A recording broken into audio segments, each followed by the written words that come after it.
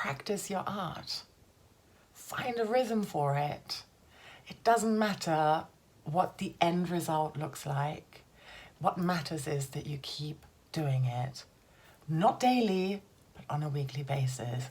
And that's basically what I'm covering in this Get Ready With Me. So it's mainly about that, but it's also about a lot of other, let's say, challenges that we face as mothers who are also creative. I hope you enjoy. Perfectionism. And I know it's an obvious one, but it can really, really so much get in the way of us, even like sitting down to practice our creative art. Perfectionism really like stops us from creating because there's that judgment of, oh, is this good enough? Am I really able to like put this out into the world? Or what am I even doing? Or how is this gonna come across? And none of that is helpful because art is always vulnerable and it's full of flaws. And I think that's part of, or that actually is where the beauty of it lies, I would argue. So even though we might know that in theory, it can be really hard to show our vulnerable side. Yeah. And it's so funny because I was literally just editing the video that I created, that I filmed last week. I'm trying to get into the habit of creating one video per week and to do that in like a kind of rhythm. So on a Monday, I send out a so-called Monday audio note to my members. It's a check-in where we figure out what kind of energies do we need to be aware of this week in terms of the astral transits, what's going to be like easy and beautiful and give us flow, and what other times might be a bit more challenging perhaps. And there's always some soothing affirmation and meditation, relaxation in there, and a tarot pull just to help us to like grow together and also to work on our, it often focuses on creativity actually. So there's that. And I was actually talking to my therapist about this and saying like, damn, I wish I could find this kind of rhythm for my YouTube channel. And she said, well, why don't you? And just commit to a day and a time. And that's what I'm doing. And by me telling you all of this, what I'm trying to say, and I think last week's video was a lot about that as well. How can you commit to maybe one day a week and a certain time where you sit down? I don't know if you do your art while you're seated, but where you actually commit to doing your art in that time slot, where there's no children around. Who cares what the end result is? It's just about committing to never missing a day. And I know you can do that. If I'm able to commit to Monday audio notes every single Monday in 2023, and even like traveling, sickness, whatever, still churning them out, sometimes like recording them a little bit early. So yeah, okay, there's that, right? Sometimes you know in advance when something's coming up. Like I definitely in the beginning, especially pre-recorded them.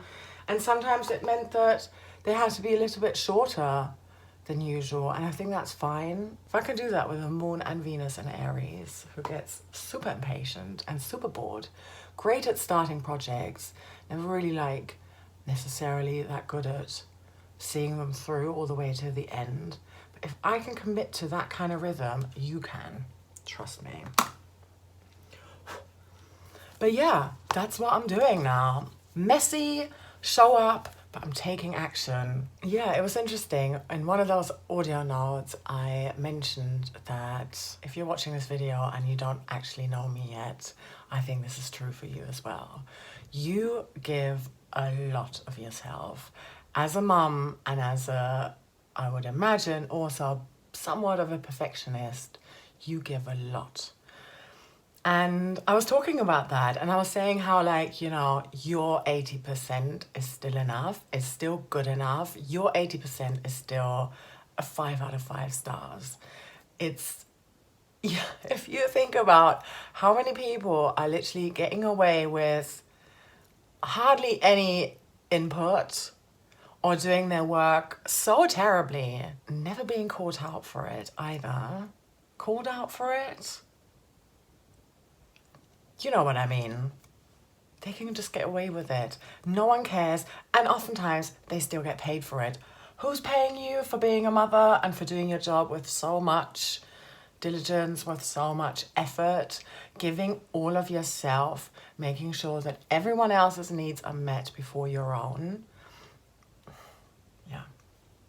It was interesting though, because one of the people who was listening to that Monday audio note got back to me and said, oh, I actually don't think that applies to me because I don't feel like I give that much. Like, I know they do. I think that they felt that they weren't giving enough in like their work life. Yeah, so two things. Like, number one, I know for a fact that that person, okay, she gives a lot of herself in parenting and being a mother, number one, and perhaps at the detriment of her own creative practice. And sometimes I think having such a high standard can mean that we don't even start. And I can relate to that so much. Sometimes we think that because we know we haven't got like all the resources available right now, it isn't the right time at the minute, you know, life is still too busy, there's still that other thing or whatever, you know, you're kind of like holding off, waiting for something to happen before you can actually start. You're never going to have all of your ducks in a row, I think, because life will always throw something at us.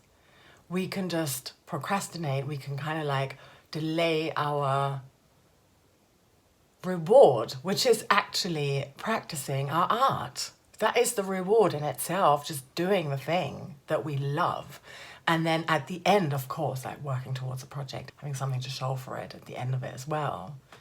But I think that we can delay that often. It's kind of messed up. I think that in our society, and not just in Western society, I think in like a lot of different cultures, mothers are sort of expected to be this like all nurturing, all giving, totally comes last, everyone else comes first, and that is like a virtue. We often massively judge ourselves when we think, and I know I did as well, when I thought, I am not that mother. Why am I craving alone time? Why am I craving self-care? And when I do those things for myself, there's still that mum guilt attached to it, even though I know, a huge part of me knows that it is the right thing, and that means, you know, the whole cliche, if I fill my cup, I can start pouring. Sometimes there can still be that residue, right, from cultural, you know, we grew up in a certain way, and like the way, yeah, like I say, and I think in most cultures it's sort of expected that the mother does all the stuff. And if you happen to be creative and maybe even freelance as well, you're the only one who's going to have to tell yourself and motivate yourself and be, you know, the person who literally like comes up with your own schedule and says, now's the time where I book in that time for myself to work on my art. And there's always going to be stuff that seems more urgent, you know. There's a ton of stuff that I could be doing right now. I think I said that in the last video as well. I literally just edited it, so I know kind of more or less what I've been talking about, what I was saying. But there's always a ton of stuff other stuff that we could be doing. But you know what? For example, if I wasn't sitting down to film this video right now, but instead I'd be doing some housework, I'd be feeling guilty then for not being committed and for breaking my own word and for not sitting down and filming like I said I was going to do every Tuesday. On a Mars Day. So I think we just somewhere down the line have to accept that no matter what we do, because we can't be doing all the things at once, and there's never enough time in the day, in the week, in the month, and the year to do all the things, we will always end up saying, oh, I wish I should have done that. I wish I'd done that instead. Or now I feel guilty because I'm not doing that. But I think we just have to accept that that is just the way it is. If we can accept that there's always going to be that little guilty voice in the back of our heads, telling us we should be doing it, or let's unsubscribe from that. Kind of like nod to it and say, okay, I understand that.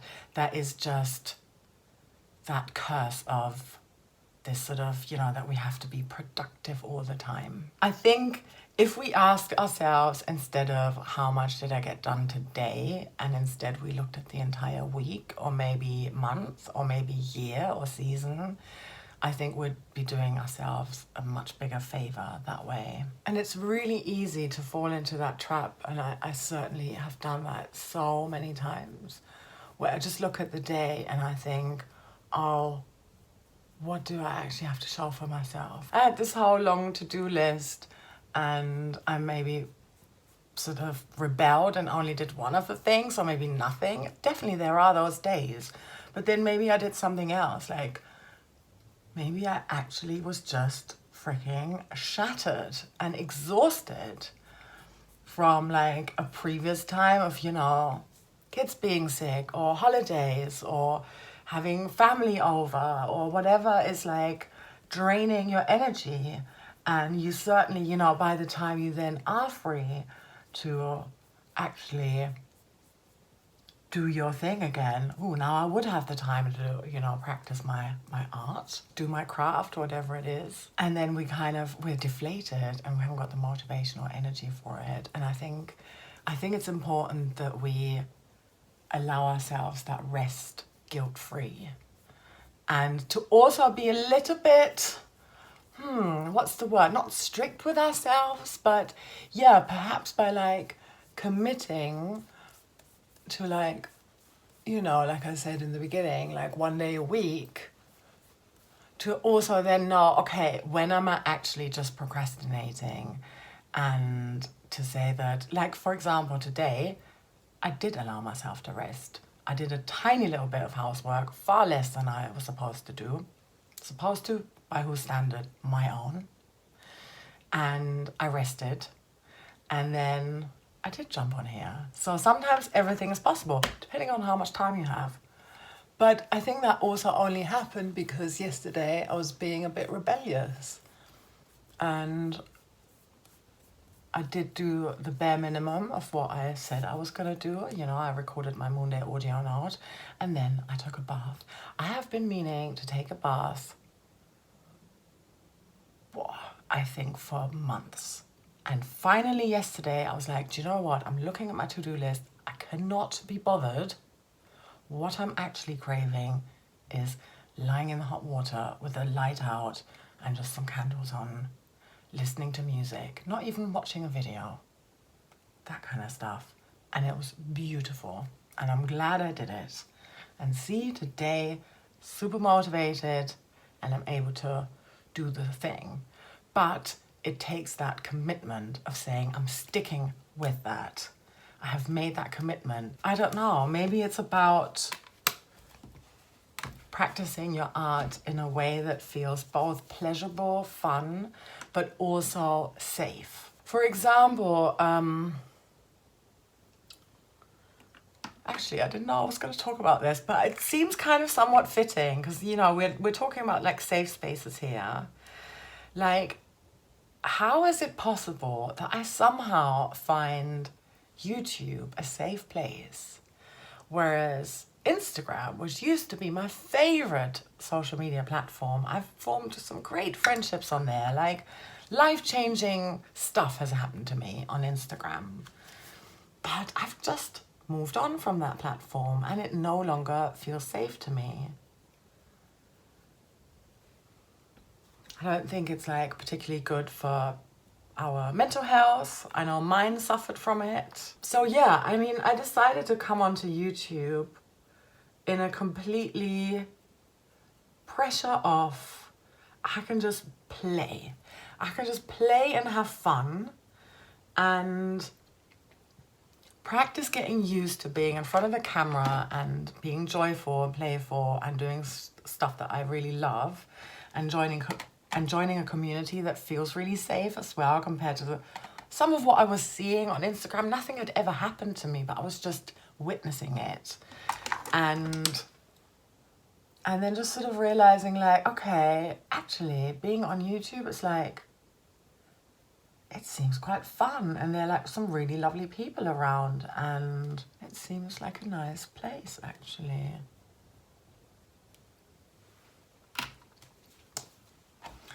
So I wonder if you can do that with your art. Is there anywhere or in any way, and it doesn't mean you have to share it with people or be on social media in order for you to do it. As it happens with my work, a large part of that is talking to an audience. My creative work, at least what I'm doing here, is linked to helping people, and I can't just be doing that in my bedroom by myself. That doesn't make sense. Is there maybe a way in which you can create like a safe environment for yourself where you can practice a creative art form that somewhat links to your creative craft, to sort of put the fun and the safety back into it? You're creative, you can probably come up with something. What do you feel drawn to? What are you like wanting to do? With me, it was like with being on YouTube with makeup panning, where you're like essentially trying to, use up your makeup collection, la la la. It's a whole different tangent, loads of fun. It was like a need. It was just an urge that was coming through, and I could see myself being drawn and sucked into it without me necessarily. I mean, the whole time, like, my mind was kind of like, you haven't got time for any of this. You can't be getting into makeup panning right now. But listening to my intuition, my body, like how I felt about it, it was like, no, I have to. Like, there's no way around it. So I wonder what that is for you. What is the fun thing that you really want to do? How are you, going to be able to be creative in a really fun and joyous way that's going to help you to flex that creative muscle, make it stronger and stronger, and to also give you that safety and that fun and joy back, and to also make sure that, you're working on your, like, in a really boring way, like on your transferable creative skills. I'm also going to be drawing a Angel Oracle deck card at the end of the video. And the question, I'm going to read it out now. I wanted to this time, normally I do like a message of love, but I specifically wanted to ask a question. I've got it here. What is going to support us in finding a new rhythm for our creative practice? That's what I want to ask, and I'm sure there's going to be some great insight into that. I've got here the Diana Cooper Angels of Light cards. They're not that fancy, but I really love the messages on them. So I tend to only read them out rather than like pretty tarot cards. But yeah, just the one question today. What's going to support us in finding a new rhythm for our creative practice? And the card I have here is light. Wow. Light illuminates darkness and gloom, bringing hope and inspiration. Ask the universe to fill you with more light, for it contains spiritual information and knowledge. These are keys to the universe and bring love and peace, as well as unlocking the wisdom within you. As your light becomes stronger and clearer, you will find clarity and purpose. You will radiate brightly and become a beacon, reminding others of the divine help available. Angel wisdom suggests you ask the universe to ignite and strengthen the divine flame within you. And the affirmation is, I am a light. I always pour these at the very end of my Monday audio notes as well, and we haven't had this card yet. Light, I love it.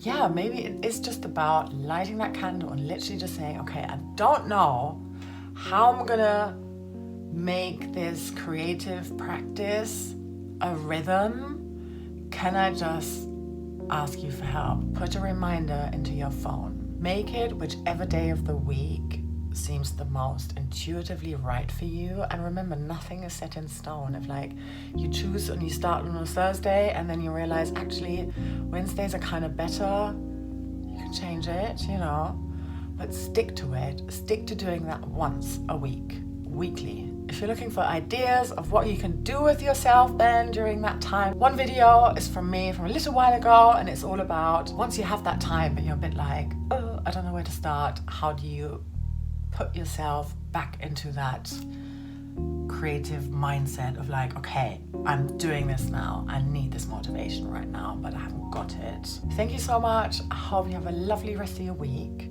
I'm sending you so much love and light, and I hope it works, that you can plant that seed and start off on your new rhythm. I can't wait to see your art. The world needs you. All right. Sending you so much love. Take care. Bye.